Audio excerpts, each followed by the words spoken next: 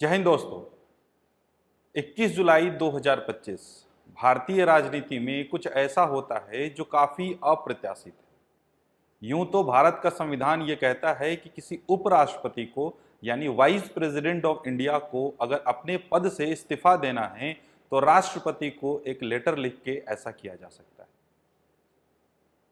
ऐसा पहले भी हुआ है जब उपराष्ट्रपतियों ने राष्ट्रपति का चुनाव लड़ने के लिए इस्तीफा दिया हो, लेकिन शायद यह पहली बार है जब मिड टर्म किसी उपराष्ट्रपति ने स्वास्थ्य कारणों का हवाला देते हुए अपने पद से इस्तीफा दे दिया, वो भी तब जब उनके कार्यकाल के 3 साल भी शायद पूरे ना हुए। 21 जुलाई 2025 को भारत के तत्कालीन उपराष्ट्रपति श्री जगदीप धनखड़ ने महामहिम राष्ट्रपति जी को एक लेटर लिख के ये सूचित किया कि मैं भारत के उपराष्ट्रपति के पद से इस्तीफा देना चाहता हूं। ये वो लेटर हैं और भारत के उपराष्ट्रपति श्री जगदीप धनखड़ जी ने अपना इस्तीफा राष्ट्रपति महोदया को सौंपा है। कारण स्पष्ट रूप से यहां देखा जा सकता है, जो उन्होंने लिखा है, to prioritise health care and abide by the medical advice, यानी अपने स्वास्थ्य को ध्यान देने के लिए, अपने स्वास्थ्य के ऊपर ध्यान देने के लिए और डॉक्टरों या चिकित्सकीय सलाह मेडिकल एडवाइस के कारण उन्होंने अपने पद से यानी उपराष्ट्रपति वाइस प्रेसिडेंट के पद से इमीडिएट इफेक्ट, आप देखें यहाँ पे कब इफेक्टिव इमीडिएटली उन्होंने ऐसा किया। ऐसा करने की शक्ति संविधान का अनुच्छेद आर्टिकल 67A उनको देता है। उन्होंने आगे प्राइम मिनिस्टर को, ऑनरेबल प्राइम मिनिस्टर को धन्यवाद दिया, काउंसिल ऑफ मिनिस्टर्स को धन्यवाद दिया कि उन्होंने कोऑपरेशन उनके कार्यकाल में बनाए रखा। योर एक्सेलेंसी ऑनरेबल प्रेसिडेंट को भी उन्होंने अपना ग्रेटिट्यूड व्यक्त किया है। लेकिन राजनीतिक मायनों में ये इस्तीफा कुछ और ही समझा जा रहा है। कुछ न्यूज रिपोर्ट्स की माने तो इसके पीछे कुछ अलग कारण भी हो सकते हैं, जैसे कि टाइम्स ऑफ इंडिया ने इसे एक शॉकिंग एग्जिट बताया है। Shock exit, Dhankhar quits as vice president on the first day of parl session. गौरतलब ये भी है, ये भी ध्यान देने वाली बात यह है कि जब उन्होंने अपना इस्तीफा दिया 21 जुलाई को, इस साल की मॉनसून सेशन का पहला दिन था और पूरे सदन की कार्रवाई अच्छे ढंग से चली। लेकिन सवाल उठना जायज है कि एकाएक अचानक क्या हुआ। अगर स्वास्थ्य कारण था तो श्री धनखड़ मॉनसून सत्र शुरू होने से पहले ही ऐसा कर सकते थे। लेकिन ऐसा क्या होता है कि पूरी सदन की उस दिन की कार्रवाई चलने के बाद रात को, शाम को अचानक उन्होंने ये फैसला लिया।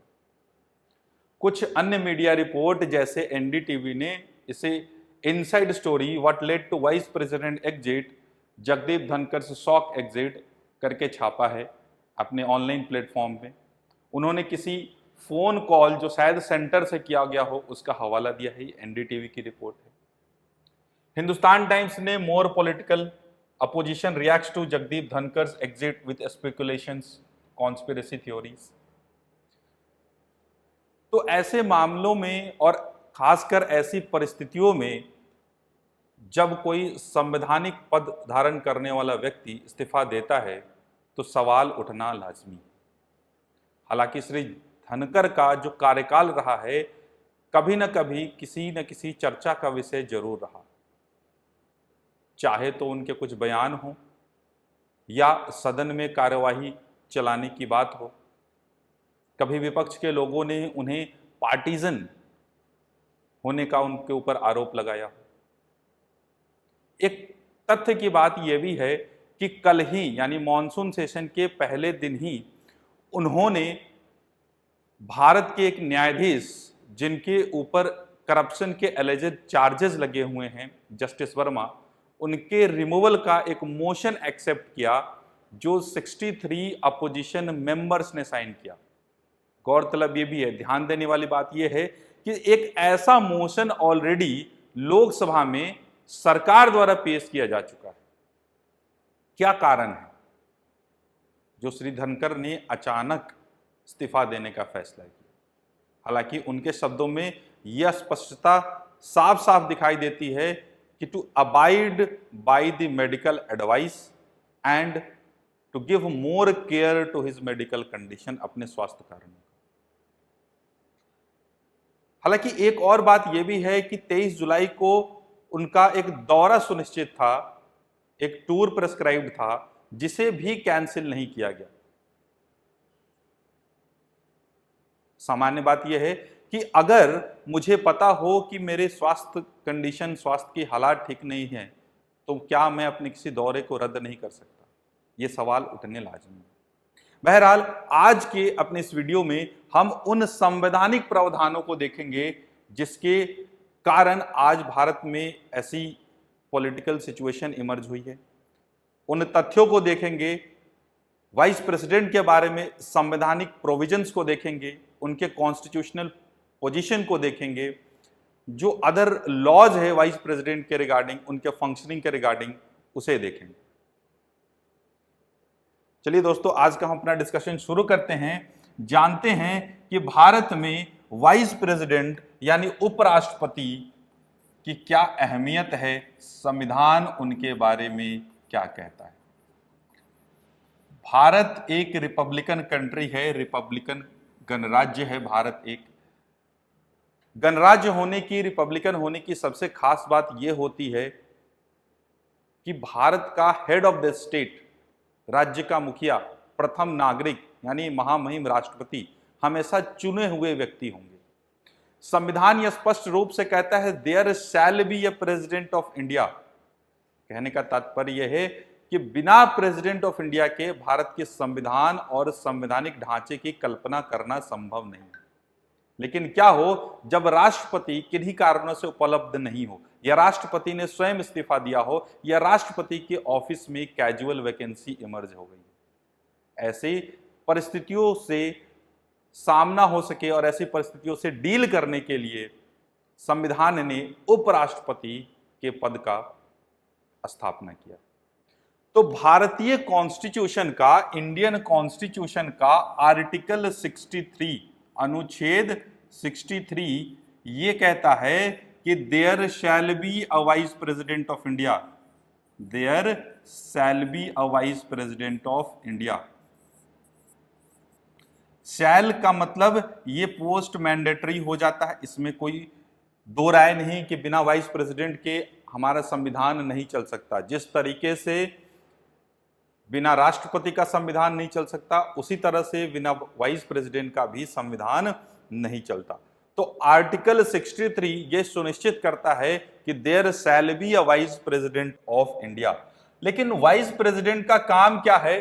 तो वाइस प्रेसिडेंट तब काम करते हैं, एक्ट करते हैं एज ए प्रेसिडेंट, जब राष्ट्रपति उपलब्ध ना हो फैसले लेने के लिए। तो बाकी समय राष्ट्रपति का क्या काम होता है, उनकी फंक्शनैलिटी को बताने के लिए हम देखते हैं article number 64। Article number 64, article number 64 यह स्पष्ट करता है कि the vice president of India, जो भारत के उपराष्ट्रपति हैं, he shall be the ex officio, he shall act as ex officio, है ना। एक्स ऑफिशियो को हिंदी में पदेन भी बोलते हैं। तो जो भी इस पद पे है, यानी by the virtue of being in one office you are occupying another office, ठीक है। Ex officio chairman of Rajya Sabha, ex officio chairman of the council of states, council of states जिसे हम हिंदी में राज्यसभा भी बोलते हैं। तो भारत के उपराष्ट्रपति का होना अनिवार्य है और उनके कार्य क्या है? वो काउंसिल ऑफ स्टेट के एक्स ऑफिशियो चेयरमैन होते हैं, और जब तक वो एक्स ऑफिशियो चेयरमैन के पद पे स्थापित हैं, कोई अन्य ऑफिस ऑफ प्रॉफिट नहीं होल्ड कर सकते। तो कॉन्स्टिट्यूशन का आर्टिकल 63 और 64 ये स्पष्ट करता है। इसके अलावा 64 में ही ये फिक्स किया गया है कि जब कभी भी प्रेसिडेंट अवेलेबल नहीं हो तो उनके बिहाफ पे to act as the president, to act as the president Bharat के राष्ट्रपति की कार्रवाई को पूरी करेंगे, to act as the president, right, in case of vacancy,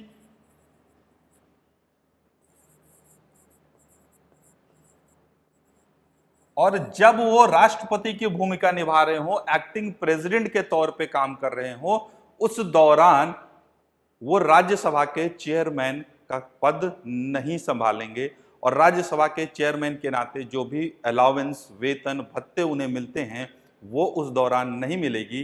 कब? जब वो भारत के राष्ट्रपति की भूमिका निभा रहे हो, उस समय उनको वो सारे पावर्स और प्रिविलेज मिलेंगे जो भारत के राष्ट्रपति में निहित है। तो उस समय तक के लिए जब वो प्रेसिडेंट के तौर पे एक्ट कर रहे हैं तो वो उपराष्ट्रपति राष्ट्रपति ही है।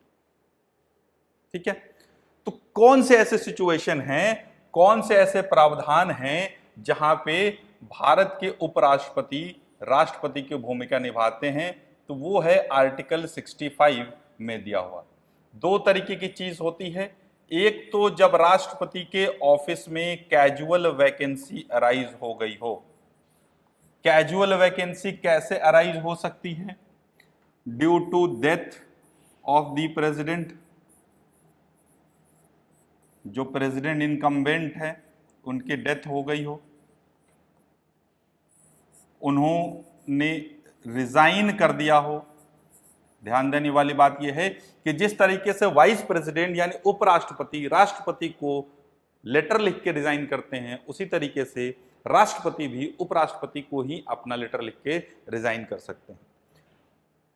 तो प्रेसिडेंट ने रिजाइन कर दिया हो, या प्रेसिडेंट की इंपीचमेंट हो गई हो, महाभियोग प्रस्ताव राष्ट्रपति के विरुद्ध पास कर दिया गया हो, तो इन कारणों से अगर वैकेंसी अराइज होती है, डेथ, रेजिग्नेशन या रिमूवल के कारण, ठीक है, डेथ, रेजिग्नेशन या रिमूवल के कारण अगर कोई वैकेंसी अराइज होती है तो उपराष्ट्रपति भारत के राष्ट्रपति के रूप में कार्यभार संभालते हैं। He start acting as the president, he start acting as the president.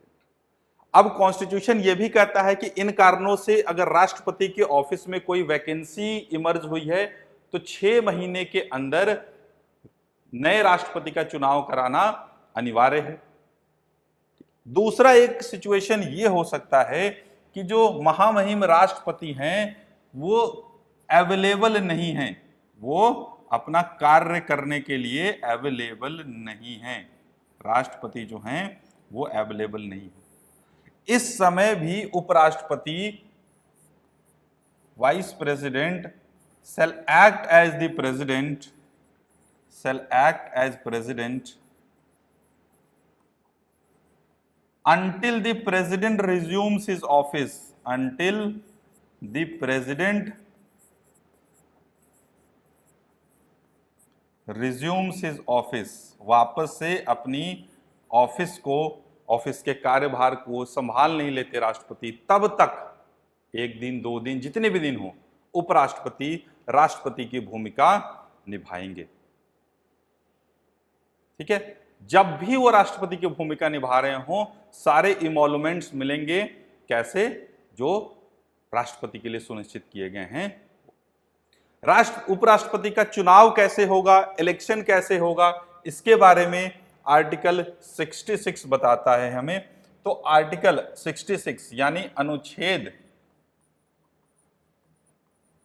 66 भारतीय संविधान का इलेक्शन ऑफ वाइस प्रेसिडेंट के बारे में बताता है। इलेक्शन ऑफ वाइस प्रेसिडेंट तो एक सिस्टम है जिसको फॉलो करके ये चुनाव किया जाता है। चुनाव की जो प्रणाली है वो क्या है? प्रोपोर्शनल रिप्रेजेंटेशन, प्रोपोर्शनल रिप्रेजेंटेशन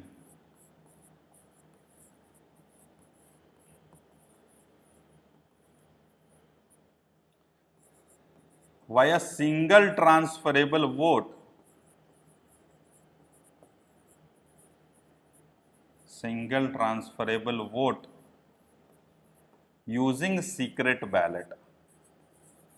ठीक है, तो ये प्रणाली है जिसके तहत उपराष्ट्रपति का चुनाव किया जाता है। लेकिन उपराष्ट्रपति के चुनाव में मतदान कौन कर सकते हैं?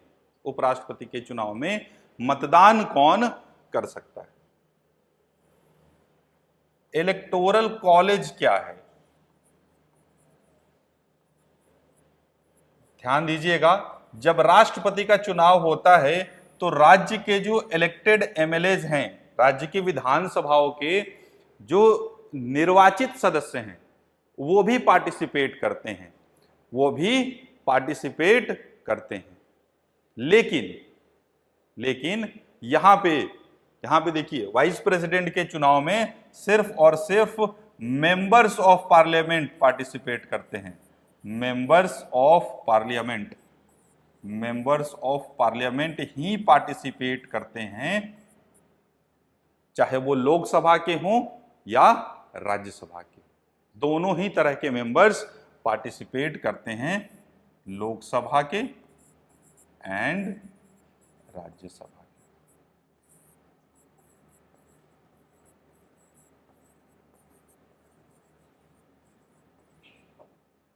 लोकसभा राज्यसभा दोनों के एमपीज मिलके राष्ट्रपति का चुनाव करते हैं। जो क्वालिफिकेशन है कि कौन सा ऐसा व्यक्ति भारत के उपराष्ट्रपति का चुनाव कंटेस्ट कर सकता है, सीधी सी बात, एक एज की क्राइटेरिया है। उनकी उम्र 35 वर्ष की होनी चाहिए और भारत के नागरिक होने चाहिए, और साथ में कोई ऑफिस ऑफ प्रॉफिट नहीं होल्ड कर रहे हो तो भारत के उपराष्ट्रपति का चुनाव कंटेस्ट कर सकते हैं। किसी भी लोकसभा या राज्यसभा के सदस्य भी नहीं होने चाहिए। हालांकि अगर वो सदस्य होते हुए उपराष्ट्रपति चुन लिए जाते हैं तो उस दिन से ये मान लिया जाएगा कि उन्होंने अपनी सदस्यता का त्याग कर दिया है। He has given upon the membership. That seat will deemed to be vacated. Right? Deemed to be vacated. Article 67 यानी जिस अनुच्छेद का इस्तेमाल करते हुए, आर्टिकल 67 का इस्तेमाल करते हुए उन्होंने इस्तीफा दिया, श्री धनखड़ ने, तो राष्ट्रपति की टर्म और ऑफिस के बारे में आर्टिकल 67 डिटेल में बताता है। तो एक बार अगर कोई भी व्यक्ति उपराष्ट्रपति चुन लिया गया, वाइस प्रेसिडेंट चुन लिया गया है, तो वाइस प्रेसिडेंट चुनने के बाद 5 ईयर का टेन्योर मिलता है। 5 इयर्स का टेन्योर है। अब ये टेन्योर किस दिन से काउंट की जाएगी? From the date of entering the office. ध्यान देने वाली बात है, इलेक्शन वाले डेट से नहीं, from date of entering the office, जिस दिन से उन्होंने पदभार संभाला। तो जिस दिन से उन्होंने पदभार संभाला उस दिन से वो 5 इयर्स के लिए अपने ऑफिस में रह सकते हैं। यहीं पे आर्टिकल 67 के क्लॉज ए में प्रावधान आता है, vice president can resign by writing to the president. Vice president can resign by writing to the president. राष्ट्रपति को एक ज्ञापन सौंप के, एक लेटर सौंप के वो क्या कर सकते हैं? वो रिजाइन कर सकते हैं। ये तो हुई रिजाइन करने की बात। लेकिन यदा कदा अगर उपराष्ट्रपति को अपने पद से हटाना हो तो क्या प्रोसेस है, तो क्या प्रक्रिया है? ये प्रक्रिया आर्टिकल 67 के ही बी में लिखी हुई है, रिमूवल। ठीक है, तो रिमूवल करने के लिए मेजॉरिटी ऑफ, संविधान कहता है majority of the then members of council of states and agreement of Lok Sabha, that is house of people, agreement of house of people. तो ये देन मेंबर्स क्या हुआ? सिंपल है काफी। ये जो देन मेंबर्स है, इसका मतलब ये है कि जो एक्चुअली एग्जिस्टिंग मेंबर्स है, इफेक्टिव मेंबर्स है।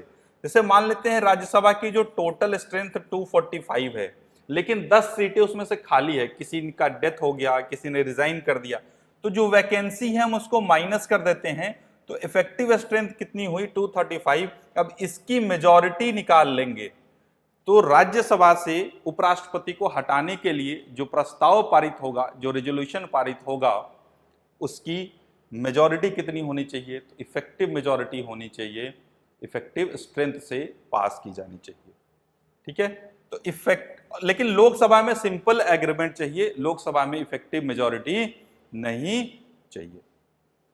एक बार जैसे अब भारत के उपराष्ट्रपति ने इस्तीफा दे दिया, तो उसके बाद क्या होगा, देखिए टेक्निकली ये समझिए कि जो भारत के उपराष्ट्रपति का पद है,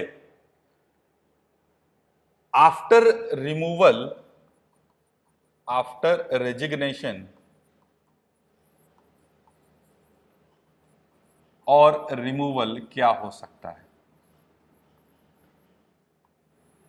तो भारत के उपराष्ट्रपति का जो पद है, the post of vice president of India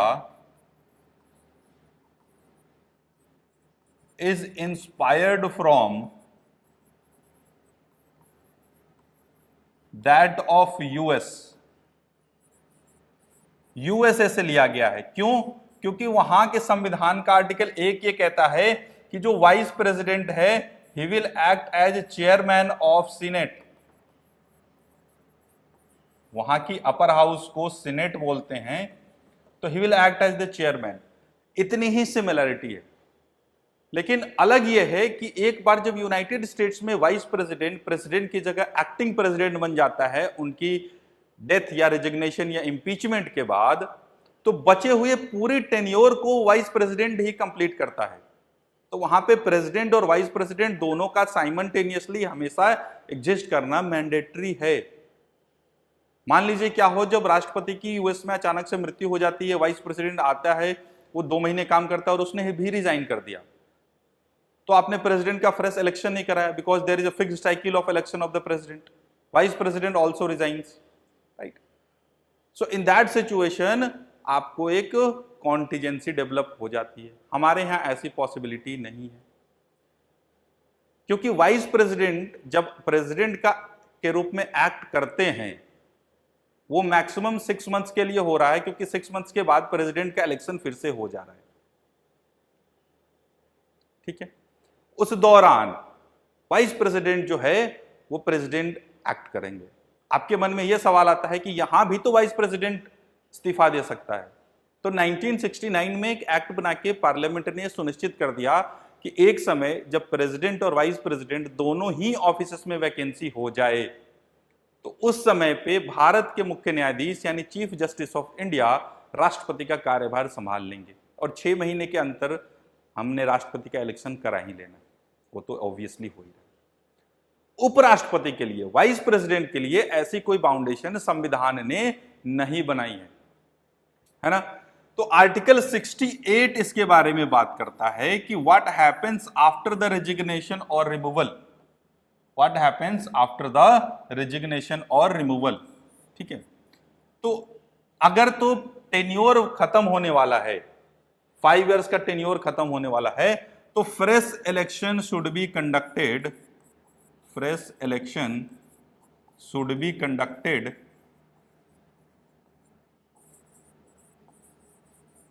before the expiration of term.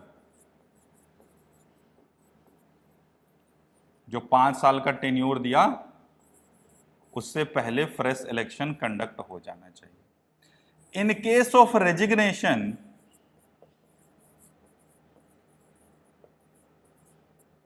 election should be conducted as soon as possible, election should be conducted as soon as possible। कोई डेट, कोई महीना कुछ निर्धारित नहीं किया गया है आर्टिकल 68 के अंदर। 2 दिन, 2 महीने, 6 महीने जैसा राष्ट्रपति के लिए सुनिश्चित किया गया है, यहाँ पे नहीं किया गया। क्योंकि देखिए राष्ट्रपति का होना मैंडेटरी है। 6 महीने के बाद अगर दोनों ही पोस्ट खाली हो जाएंगे तो कब तक भारत के मुख्य न्यायाधीश भारत के राष्ट्रपति बने रहेंगे। लेकिन अगर आपके मन में सवाल हो रहा हो कि अब श्री धनखड़ ने इस्तीफा दे दिया, जब तक इलेक्शन नहीं होता है तो क्या होगा, तो वाइस प्रेसिडेंट का जो प्रमुख काम है to act as the ex officio chairman of the council of state, तो उनके इस कार्रवाई को करने के लिए वहां पे डेप्यूटी चेयरमैन ऑलरेडी होते हैं, और डेप्यूटी चेयरमैन भी ना हो तो पैनल ऑफ डेप्यूटी चेयरमैन भी राज्यसभा में अवेलेबल होते हैं। तो राज्यसभा की कार्रवाई स्थगित नहीं होने वाली है किसी भी वैकेंसी के कारण। तो ये तो है कुछ संवैधानिक प्रोविजन जो इस इस्तीफे से संबंधित थे। उपराष्ट्रपति के कार्य के बारे में, वाइस प्रेसिडेंट के फंक्शंस, पावर्स, उनके इलेक्शन के बारे में। बहरहाल सिचुएशन यह है कि भारत के 14वें राष्ट्रपति श्री जगदीप धनखड़ ने अपने पद से इस्तीफा दे दिया है एक ग्रे पॉलिटिकल सिचुएशंस के बीच। मैं फिर से दोहराऊं कि ऐसा पहली बार नहीं है कि अपने कार्यकाल, अपने टर्म के बीच में, मिड टर्म में ही राष्ट्रपतियों ने इस्तीफा दिया हो। 1969 में भी ऐसा हुआ था जब श्री वीवी गिरी ने राष्ट्रपति का चुनाव लड़ने के लिए, कंटेस्ट करने के लिए अपने पद से इस्तीफा दिया। फिर बाद में श्री आर वेंकट रमन ने भी राष्ट्रपति के चुनाव के कारण अपना इस्तीफा दिया। लेकिन शायद ये पहली बार हो रहा है जब अब मिड टर्म में किसी उपराष्ट्रपति ने किसी अन्य कारणों से, पॉसिबली विदाउट इलेक्शन रीजन, उन्होंने इस्तीफा दिया हो। वह भी तब जब शायद पिछले 30 साल में जितने भी वाइस प्रेसिडेंट की वोटिंग हुई है उसमें सबसे बड़ी मेजॉरिटी लेके कोई भी व्यक्ति उपराष्ट्रपति निर्वाचित हुआ। जब श्री धनखड़ भारत के 14वें राष्ट्रपति श्री वेंकैया नायडू को रिप्लेस करने के बाद 14वें राष्ट्रपति का इलेक्शन कंटेस्ट कर रहे थे, तब उन्हें लगभग 75% वोट मिली थी। तो 3 साल के भीतर ही ऐसा क्या होता है जिसे उन्हें अपने पद से इस्तीफा देना पड़ता है? क्या यह सेहत या सियासत? सारी पीडीएफ जो हमने अभी यहाँ पे डिस्कस किया, ये सारे नोट्स आपको मिल सकते हैं। आप बस हमारे टेलीग्राम चैनल से जुड़िए, वहाँ पे ये पीडीएफ डाउनलोड कर सकते हैं। अगर आपके कुछ क्वेश्चन है आप वो भी वहाँ पूछ सकते हैं या हमसे डिस्कस कर सकते हैं। हमारे साथ जुड़ने के लिए धन्यवाद।